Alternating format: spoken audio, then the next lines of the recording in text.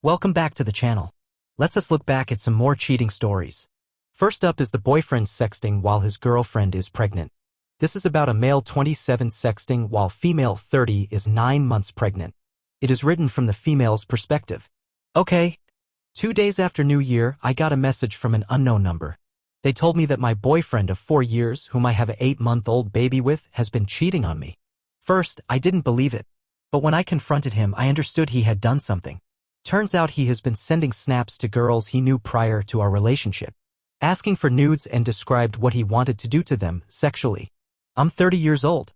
All the girls are in the beginning of their 20s. They are all beautiful. Skinny. I just had a baby and my body has changed a lot. And I'm highly insecure about it. I got a print screen of my boyfriend sending dirty snaps while I was 9 months pregnant. During Christmas, one of the girls was out partying and she sent him a snap that she wanted him. He got a condom, got in the car, and started driving. After like 10 minutes, he changes his mind and drives back home. Then he spent several days begging for a new chance to bang her. I quit my job, sold my apartment, moved to another end of the country for this dude. Now all my savings is in this house. We have an 8-month-old baby. I have no friends here. And I feel stuck. I feel like I have to fix our relationship. A relationship he didn't give a fuck about. I don't know what to do. He has shown everyone that he doesn't give a damn shit about me or our relationship. Now on to the second story. Childhood friend turned into first love then cheated on me. I had a hard time getting over her and now I recently got a Facebook message from her and I'm surprised at my own reaction.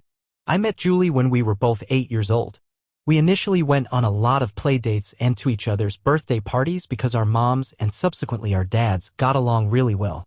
Her dad was rich, a president of a technology company. My dad was upper middle class and not hurting for money himself. At this point, Julie had long brown hair. She had these big pale blue eyes that would blast me in my stomach every time our eyes met. My little self had no idea what was going on.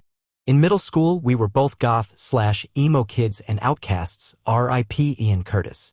She had short black hair and was kind of pudgy. I was 6 feet tall skinny guy. I mowed lawns all summer and saved up some money. I bought her a ceramic unicorn when I asked her to go steady with me. I was sure she'd say yes, and she did. Around the end of 7th grade, she decided she wanted to change her style and told me that she was going to change her social circle. She made it clear that I would need to evolve with her or be left behind. So I changed too. By the end of our sophomore year in high school, she had a major glow-up. She was physically very fit from swimming. She had grown her hair long and dyed it blonde. I had a glow-up myself from orthodontics, lifting weights with the football team, and running track and field. I think I could have played football, but Julie thought that only idiots played football, and I didn't feel strongly about it either way. Julie had guys after her, but she was loyal, or so I thought. She was publicly loyal at least. I later learned that she was going to second base with guys from other schools at house parties, but this was in the future and I was oblivious at the time. I had girls after me too, but Julie would run them off. She'd give them a subtle warning to begin with, and then she'd pretty much eviscerate them socially if they didn't back off. One girl got messed with so bad that she didn't come back to school. I still don't know the details of that. I didn't really want any of them because, quite frankly, Julie was way better looking and she knew it. The first major trouble I had with her was at senior prom. I was coming out of the restroom and some girls came up to me saying, "I'm so sorry, and what are you going to do?" I asked them what they meant and they told me Julie had slow danced with another guy and kissed him on the dance floor. I confronted her about it and she convinced me it was non-consensual. I started to go look for the guy to beat the piss out of him, but she pulled me back and told me that we were going to leave to go to a hotel. She had arranged a fancy hotel reservation and she told me we were going to go all the way that night.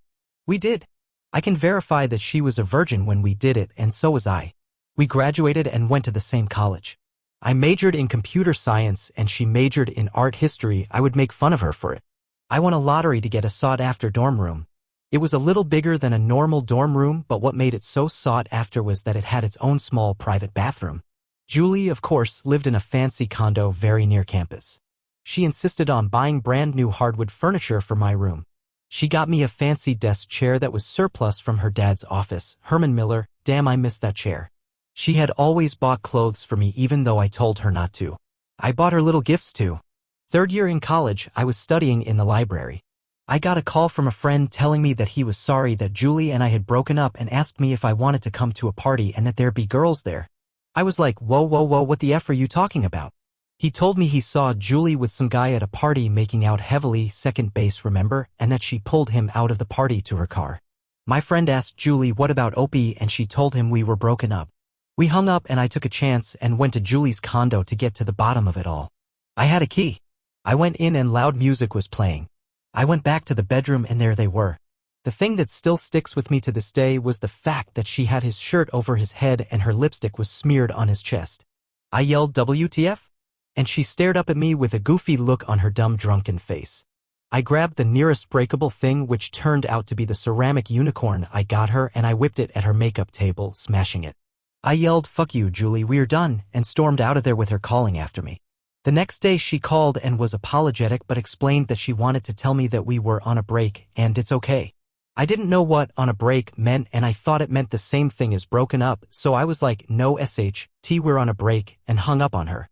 She started dating this guy who had a reputation as a fuckboy. They were apparently in an open relationship and she bought clothes and stuff for him like she did me and she was seen with other guys but again with him. I was basically eating my heart out and trying to get the best grades possible. I went out but I didn't have any girlfriends. I just partied occasionally. To cope, I got rid of everything that reminded me of her. I donated all of the furniture and replaced it with thrift store particle board crap. I had to start dressing in thrift store clothes too because I got rid of all the clothes she bought me. It was about half of my wardrobe. I deleted all our photos and threw them away. I told my parents what had happened and they and Julie's parents wisely stayed out of it. I told my parents and friends not to talk about her with me. She was a figment of my imagination. This was when someone told me about her going to second base with guys at parties during high school. Approximately 9 months later, she broke up with fuckboy. The rumor was that he fucked a girl in front of a bunch of people in public at a party. She was embarrassed and dumped him. She came to me not long after. It was unexpected to me. When I opened the door, there she was, looking very beautiful with a bright smile on her face and the glued-together unicorn in her hands. I was stunned as she walked in. I totally did not expect her.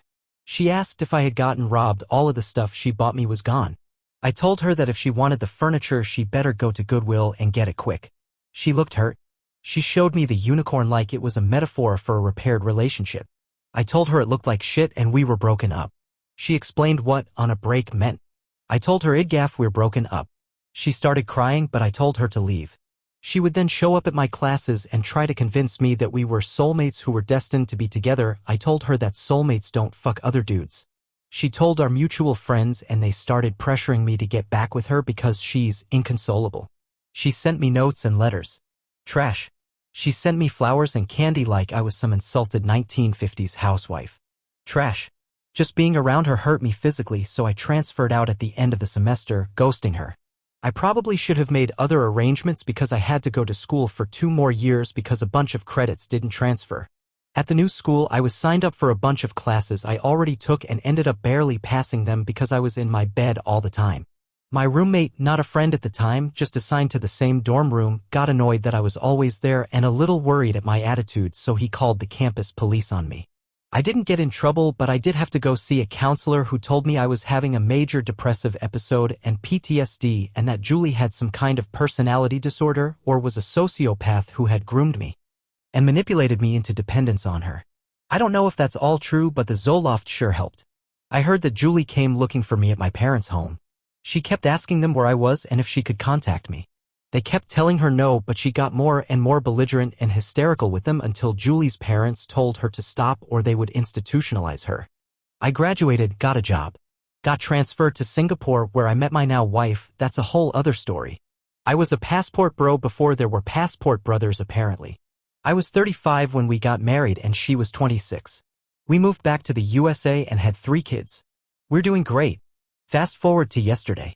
I only use Facebook to occasionally upload family pictures but mostly post amusing stuff that comes out of my head. For example, I found an entire bowl of cereal in the sink today, so I guess we're Bezos rich now. I got a Facebook message from Julie. It had a photo of the unicorn and in it she apologized for what she did and for hurting me and that she will never get over me. I didn't write back. I would never insult my wife like that. I blocked Julie. But what surprised me was my reaction to it, blinding. Fucking rage. I punched the wall, denting the sheetrock, and I was so mad that tears came down my face, gritting my teeth. Major headache.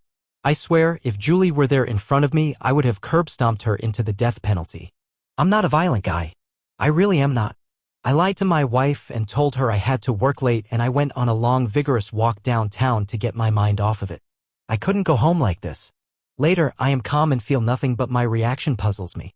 Isn't the opposite of love indifference? I just don't understand how that happened. I guess the solution is more therapy and Zoloft.